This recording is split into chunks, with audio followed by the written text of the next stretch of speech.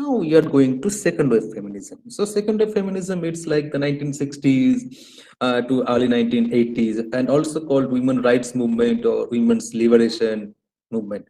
And it's basically focus was the wide range of issues like sexuality, family, the workplace, reproductive rights, educational equality, sports equality, violence against women, legal equalities, inequalities, and it expands significantly from the focus of first wave feminism, which was just concerned on suffrage.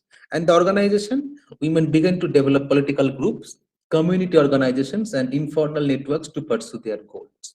So, what are the goals? The goals were expand job opportunities for women, more women working outside of the home, more women outside the feminized professions, nursing, teaching, or secretarial work, access to birth control, equal pay, equal representation in government, equality in the arts and sports, equal rights in marriage, the use of Mr. instead of Miss and Mrs. to help and discriminate, and based of marital status.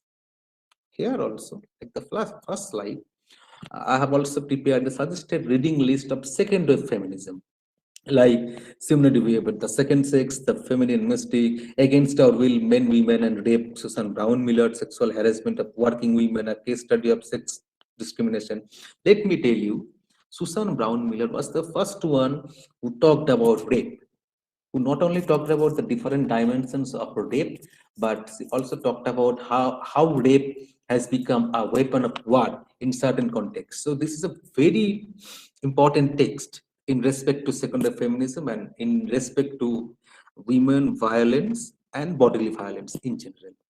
The madam in the women, black women and feminism, bell hooks, to whom just we have dedicated this talk. She has just passed away, and she was one of the noticed intersectional black feminist scholars.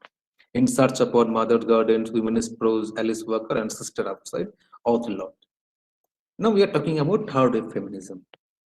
Here, from this third wave feminism, we'll come to know about intersectionalities. So, while we are talking about the third wave feminism, it's that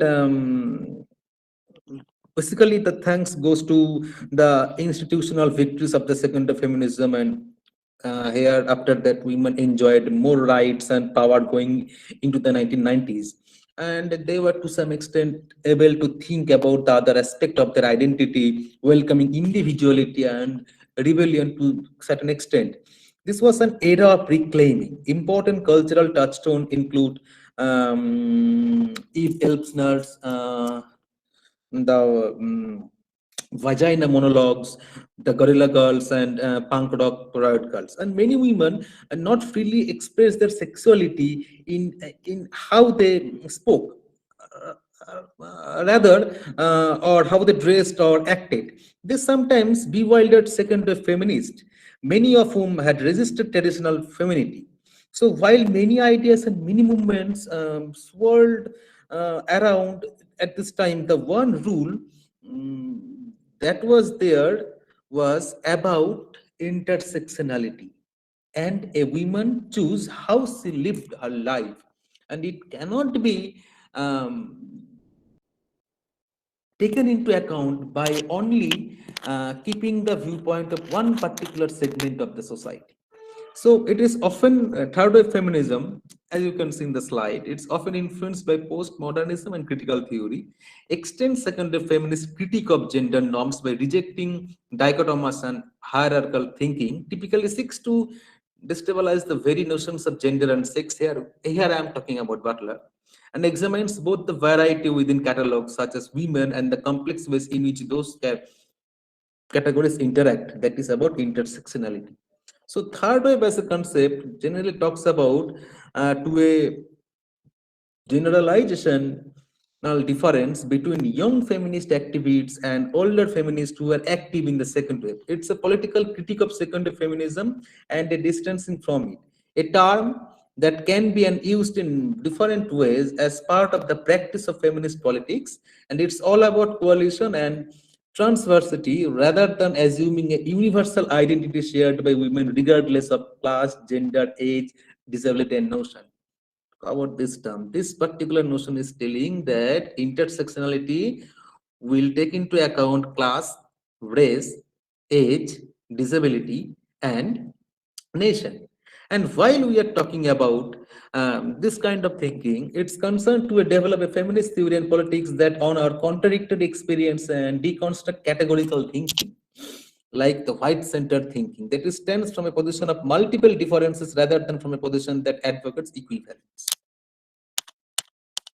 Here's a further reading list of targeted feminism. It will definitely begin with Butler and her gender travel feminism and the subversion of identity.